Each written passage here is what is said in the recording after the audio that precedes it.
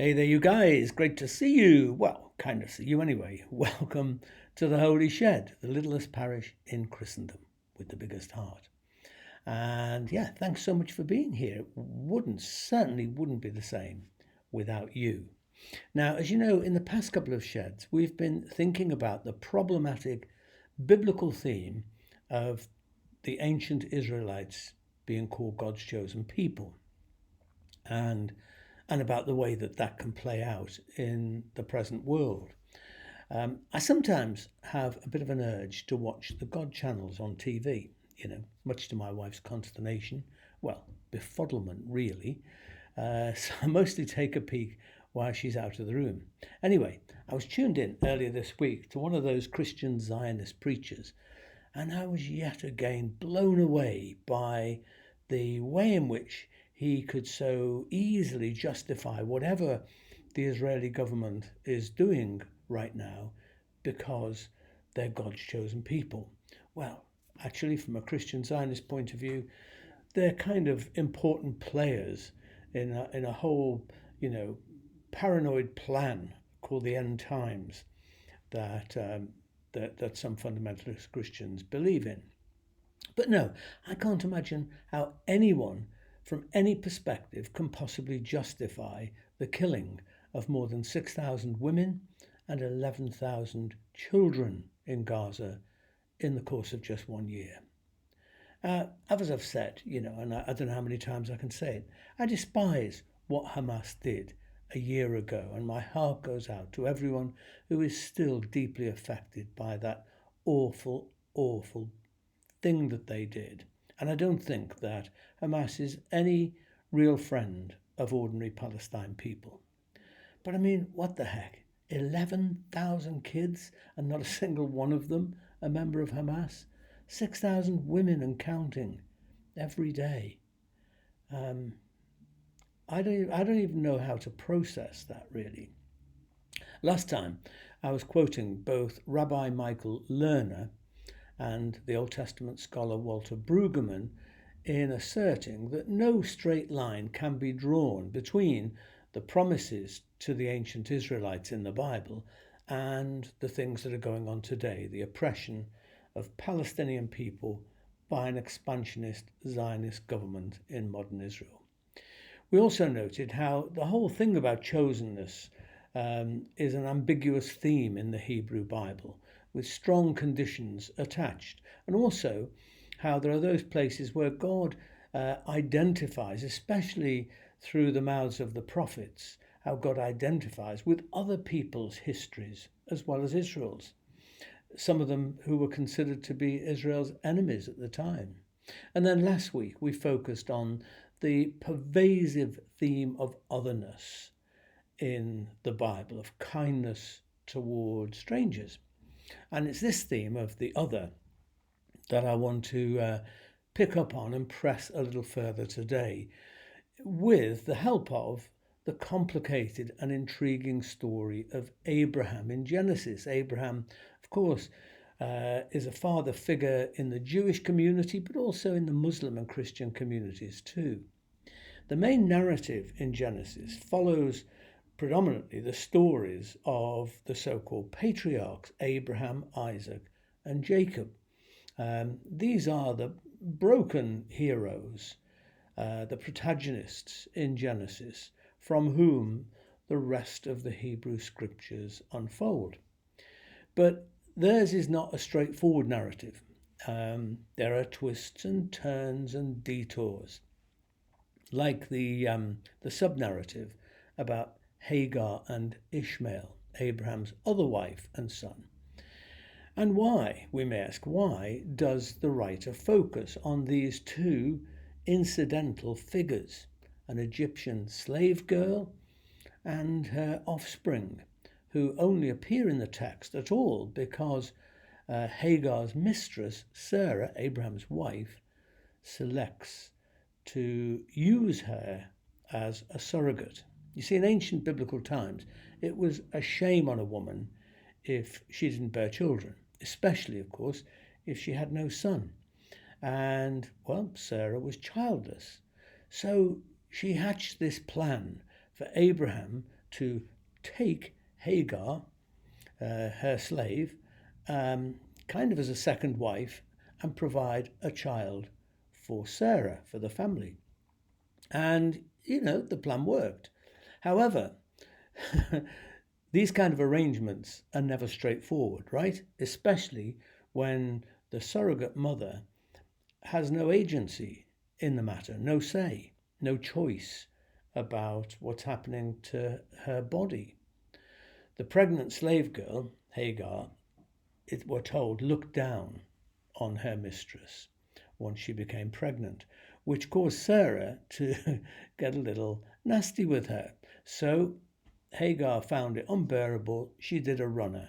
She fled out into the surrounding wilderness. I mean, they were really Bedouin people. They lived in the wilderness. There was nowhere else to go. And so she did a runner. And she came to a place where she encountered an angel in the middle of the wilderness who told her that she should return to Sarah. But the angel also promised that God would multiply her offspring. And I'll say more about that in a moment. However, despite going back to Sarah, the rift wasn't healed, even after Sarah miraculously conceived and bore a son, Isaac, when she was a mere slip of a thing at 90. And when Sarah observed Ishmael playing with Isaac, well, she couldn't bear it. She boiled over, and she grabbed Abraham and she demanded that he get rid of these people out of their life for good. He wasn't happy about it, but reluctantly he did what Sarah said. So then, there it is, you might think. They're gone. End of problem. And maybe now the main storyline can be restored, focusing on Isaac, the son of promise. But that's not what happens. Instead, the story takes a surprise swerve to focus on and follow Hagar and Ishmael, an Egyptian slave woman and a now inconvenient son. And what a story Hagar's turns out to be. In part 1, which is in Genesis 16, when she was pregnant and ran away into the desert, she turned out to be, are you ready for this? She turned out to be the first woman in the Bible to be visited by an angel. Very first. She also turned out to be the first woman to be given a promise of progeny, too great to be numbered. And the very first woman to have a conversation with God, and the only person, male or female, in the entire Bible to give God a name, El Roi, the God who sees, or you, God, see me, a woman, a Gentile of no significance, a refugee, fleeing cruelty. You, God, see me. That's pretty amazing, isn't it? What an incredible woman she turned out to be. But then in part 2 of Hagar's story, Genesis 21, after her son was born and began fraternizing with Isaac, she was forcibly thrown out into the desert with her now superfluous child and just a skin of water that Abraham gave to her as he sort of sent her off into the desert, just a skin of water to survive. And when that was gone, she feared the worst, of course. She placed her child under a bush to get some shelter from the sun, and then she went beyond an earshot of her son and wept out loud and said, "Do not let me look at the death of my child."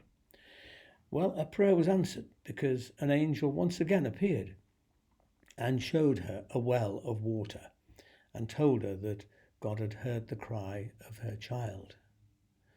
The text says that the boy Ishmael grew and prospered, and God was with him, and he became an accomplished desert dweller, an archer.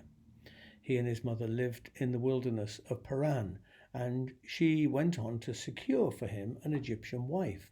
I mean, they did fine in the end. God was with them too.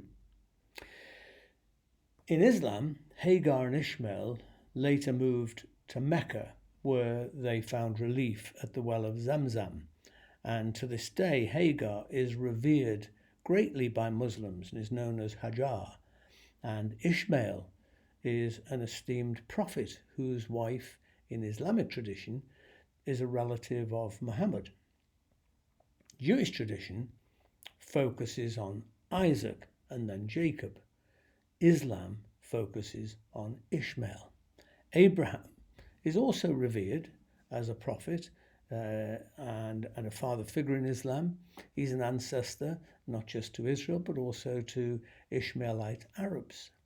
So once again I ask, why? Why does Genesis, whose main focus is on Abraham's line through Isaac, why does it deviate so significantly into the story of Hagar and Ishmael? It seems to me, when I think about that question, that the biblical text is saying something like, an Egyptian slave woman and her son Ishmael also belong to God. They too are God's children, in their own way chosen. They are part of God's purpose too. There's another wife to the story, another son who gets cut out, but is still part of God's purpose. God still cares about them.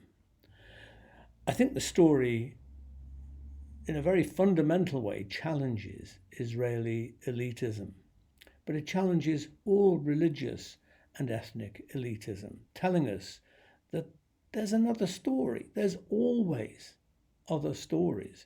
It's never just about us. So it seems to me to be saying you need to pay attention, because the Bible here before you pays attention to Hagar, you must pay attention to the stories of others in your life, even those with whom, we struggle or don't agree. Humble yourself seems to be the message. God is part of other lives and other stories. He's part of yours, but he's part of other stories too. And that goes for us as people, as individuals, as families, as communities, and also, I think, as a faith tradition in Christianity. Hagar represents the plight of a foreigner, a refugee, a slave, and a sexually abused woman. She's long been the focal point for oppressive peoples. Her story resonates with sexual abuse survivors because she had no agency. The poor and the vulnerable, and in the past half century anyway, her story resonates with women of African heritage in the United States and Europe. She was an Egyptian. She was an African. So there's so much more to this story.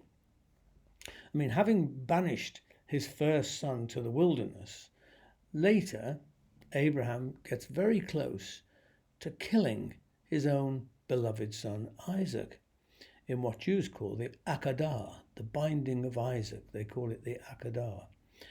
I won't go into that story just now. I mean, you can find my comments on it in week 67 of the Holy Shed.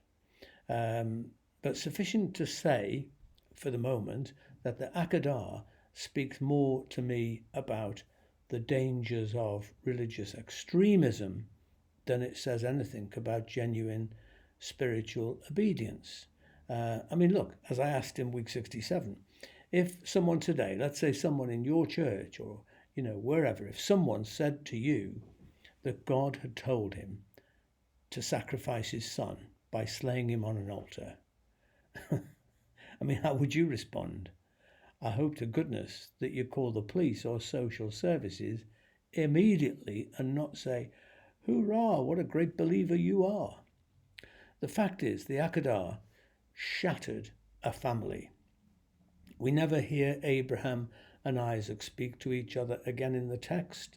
Abraham and Sarah are never reconciled. Significantly, they never, Isaac and Abraham never left the mountain together.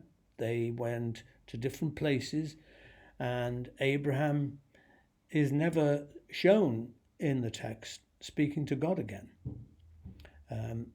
It was a monumental event. According to Jewish midrashic tradition, Sarah dies of heartbreak and fright immediately that she learns of her husband's actions on Mount Moriah. Certainly, they were never together again. An interesting point is that 14 years later, when Isaac is about to meet Rebekah, who was to become his wife, it says that he lived in Beer Lachoi Roy, which translates as the well where the one who sees me lives. So, it says that he lived in the very place where years ago Hagar had first encountered God in the wilderness. She'd run away, humiliated by her marginalization in the house of Sarah. God saw her and came to her in consolation, promising her that the son that she would bear would be the father of the Arab nations. The rabbis kind of fill out the bones of the story that's recounted here in the Torah, in the Hebrew Bible, adding that Isaac must have been visiting Hagar when he went to El Roi. In the traumatic aftermath of his near-death experience, Isaac seeks out Hagar, who bears suffering of her own. He extends himself in newfound compassion, but also seeking comfort. Isaac and Hagar see one another more deeply now, and sensitized to one another's vulnerability by the strain of their own abuse. Isaac and the mother of Ishmael, well, they can help one another. Rabbi Toba Spitzer writes that in her own imagining, Isaac had spent those years not with the father who tried to kill him, but with his banished brother and stepmother, forging a deep connection there. I wonder what conversations might have taken place between the two half-brothers, both of whom were, must have been deeply psychologically wounded by their father. The one, knowing that his father had sent him out into an almost certain death in the wilderness, the other having looked into his father's eye as he held a knife over his bound body. But here's the good bit, and there is a good bit. The text tells us that the two brothers, Ishmael and Isaac, came together, they joined together to lay their father to rest when he died. Oh my goodness. This is what I love about the Bible, the way it offers, counter testimonies, bits of sometimes conflicting narratives for us to ponder and seek out. Great sort of holes in the text that invite you to think, well, what really went on there? What happened? What is this really saying? Rabbi Toba offers a testimony and counter-testimony by speaking of a Torah of conflict, a Bible of conflict, the Torah of battles over scarcity, scarcity of love, of honor, of land, of blessing, which is prominent in Genesis. The conflict between Sarah and Hagar, and therefore between their sons Isaac and Ishmael, has come to be significant in understandings of the Israeli-Palestinian conflict and tensions between Jews and Muslims. And it can sometimes feel like it's an eternal conflict without hope of repair. But that's not the whole story. The conflict is not the whole story. Interwoven into the Torah of conflict, she says, is another Torah, a Torah of restoration and reconciliation. What was not achieved in one generation could be made possible by another generation. As we look for peace in the Middle East, but more than that, in all the conflicts, small and great, that we experience in life, there's always a choice. There's a choice between, the Torah of despair, the way of despair, and the Torah of hope, the Torah of conflict, and the path of repair. I was hearing this week about a workshop, it was in New York, in which participants were asked to stand in groups with people that they didn't know, and they were told to stand so close that they could hear the others breathing. And then they were asked to look into each other's eyes. which sounds pretty terrifying, actually, pretty uncomfortable. So just be pleased that you're not all here with me in the shed, or I might be asking you to do that. But what an amazing exercise. And the point is that we need to look each other in the eye, not just our friends and our loved ones, but strangers, others, maybe people that we don't much care for, especially those that we don't much care for or agree with, because that's when we make choices to ignore and turn away from people, the others, or pay attention to the others, and to empathize, to begin to put ourselves into their shoes, because that's what to empathize is. It is to ask, what if I were her? What if I were him? I mean, most of us don't bother to ask that question, not least because it's a little bit too difficult. But the story of Hagar calls us to ask that question. To ask, did Sarah ever ask it about Hagar? Did Hagar ever ask it about Sarah?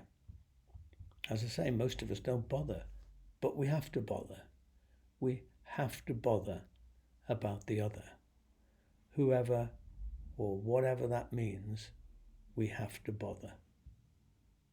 Because the alternative is too horrible to contemplate. Blessed are the giver-shits. Anyway, here is a prayer, which I called Distrusting Distrust. May we distrust every impulse to silence voices different to our own. May we distrust every urge to elude the path of honesty and vulnerability. May we distrust every claim to truth, where truth is not wedded to love. May we distrust every option that fails to bring us more fully alive to others, to ourselves, to the world. Amen.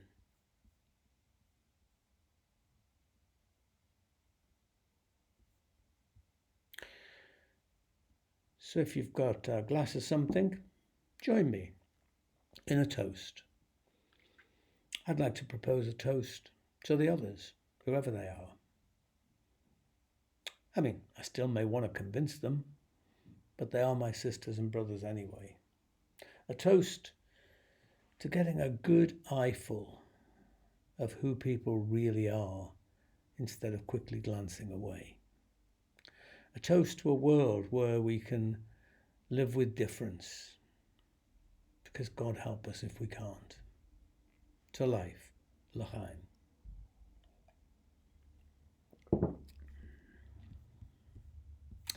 Well, thank you very much for being here, guys. And if you like what I'm doing in the shed, you know what? You can support us. You can buy us a coffee. All you need to do is follow the link on the screen. And we're very, very grateful to everyone who buys us coffees and supports us in lots of other ways too. It's much appreciated. So there we are. The only notice really is that I will be doing another Soul Space on Wednesday of this week at 12:30. It's the one that's based with St. Ethelburger's Centre for Reconciliation and Peace. Very appropriate. So that's on Wednesday at 12:30, and I'll be putting up about the theme of that and the link for it in the next day or so. And that's about it, really. Look out for the others. Be kind to yourself. Be kind to others. Be kind to the world, which is what I call staying human. And I'm going to light a candle now. You can light one as well if you want. I've played this before, and I'll play it again without any apology. I'll see you soon. I will see a stranger today through the eyes of compassion. I will remind myself that this stranger has parents and people who love her, just like me. I will remind myself that this stranger has moments of joy just like me. I will remind myself that this stranger has moments of anguish and suffering just like me. I will remind myself that this stranger will one day grow old just like me. I will remind myself that this stranger will go through the cycles of illness and recovery just like me. I will remind myself that this stranger will one day die just like me. Through the eyes of compassion, I will know this stranger not as a stranger anymore, but as a living soul, just like me.